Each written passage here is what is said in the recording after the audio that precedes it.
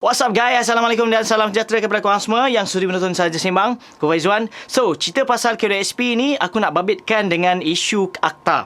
Okay, untuk sedia maklum kita sudah tahulah. Okay, korang dah tengok pun dekat YouTubers, okay, dan artikel-artikel bahawa melalui statement Dr. Ashraf sendiri ada maklumkan tentang Akta 54 ini.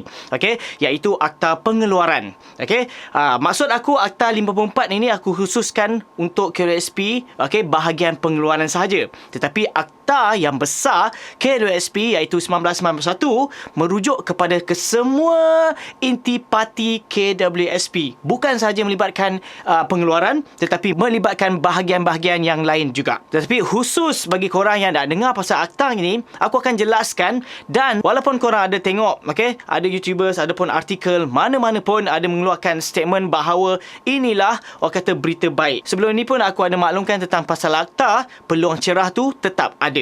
Tetapi ada keburukannya di situ. Tapi sebelum tu guys, bagi korang yang belum subscribe ke channel ini, please klik di sini dan jangan lupa share dan juga like video ni guys. Okey, untuk sedia maklum, Dr. Ashraf sebelum ini ada debat-debat dengan Pak Hassan. Dia ada highlightkan pasal akta ni. Akta 54 kurungan K kurungan L. Kalau kita lihat melalui paparan ini, okey, dia ada maklumkan pasal akta ni. Dan kalau lihat di situ ada tarikh 2020.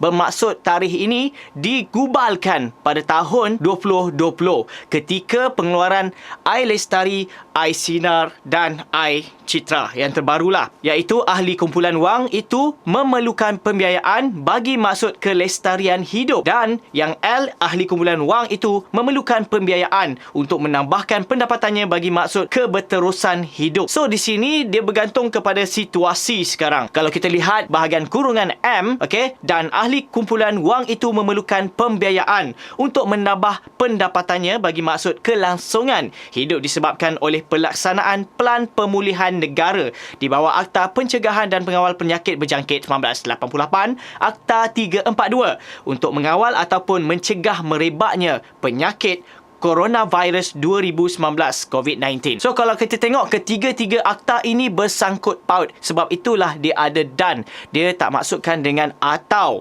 Okey, untuk kesenambungan kurungan-kurungan seperti mana aku maklumkan tadi K, L dan M. Dan kalau kita tengok perenggan yang terakhir pun baru sahaja digubal pada tahun 2021. Dan kalau kita tengok kurungan J, ini bersangkut paut dengan program yang baru iaitu Air Tenang, insurans dan sebagainya. Kalau kita tengok paparan ini, ahli kumpulan wang itu mengambil satu polisi insurans atau sijil takaful sebagaimana yang ditentukan oleh lembaga daripada suatu syarikat insurans atau takaful yang diluluskan oleh Menteri Tertakluk kepada apa-apa terma yang difikirkannya sesuai bagi dirinya sendiri atau dirinya sendiri dan mana-mana orang lain yang diluluskan oleh lembaga. Okey, cerita pasal akta ni seperti mana yang aku maklumkan mula-mula tadi ada keburukannya. Maksud keburukan ni adalah boleh dipinda semula.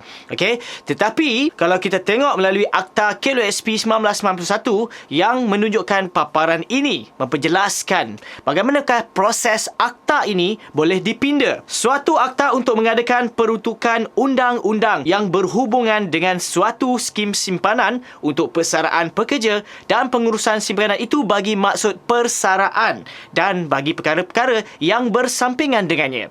Dan kesinambungan kat situ, maka inilah diperbuat undang-undang oleh Duli Yang Maha Mulia Seri Paduka Baginda Yang di-Pertuan Agong dengan nasihat dan persetujuan Dewan Negara dan Dewan Rakyat yang bersidang dalam Parlimen. Dan dengan kuasa daripadanya seperti section-section yang aku ada sediakan linknya, korang boleh baca, yang mana linknya aku ada sediakan di ruang description di bawah. Tetapi dalam episod ni aku tak nak jelaskan secara terperinci. Cumanya akta ini perlu dibahaskan, perlu dimaklumkan dalam Dewan Parlimen, barulah boleh dipinda, digubal ataupun dimansuhkan. So menjadi berita buruknya jika perkara ini di-highlightkan oleh pihak kerajaan bahawa perlu dimansuhkan Akta 54 yang aku maklumkan tadi iaitu K, L dan M, maka ini juga tidak menjadi kebaikan dan peluang kepada kita untuk teruskan pengeluaran Air Citra KWSP nanti. Tiba-tibalah ada satu statement yang dikeluarkan yang mengatakan pengeluaran Air Citra tidak akan diteruskan. tetapi korang perlu lihat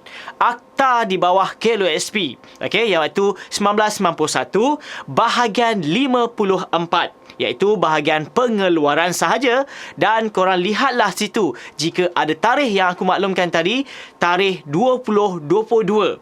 Okey, yang bermaksud tarikh yang dipinda ataupun digubal pada tahun ini. Jika ada, maka ada perubahan di situ yang perlu kita aware pasal benda ni. So, selagi itu statement yang dikeluarkan oleh kerajaan sendiri ataupun menteri terbabit di berita di social media tak bermaksud benda itu valid. Sebab apa? Akta itu still lagi berjalan. Cuma di sini tiada lagi keputusan kebenaran oleh menteri terbabit. Okey, lagi-lagilah Tengku Zafrul sendiri.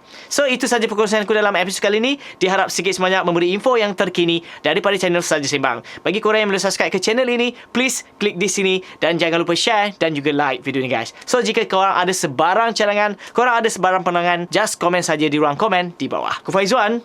Assalamualaikum.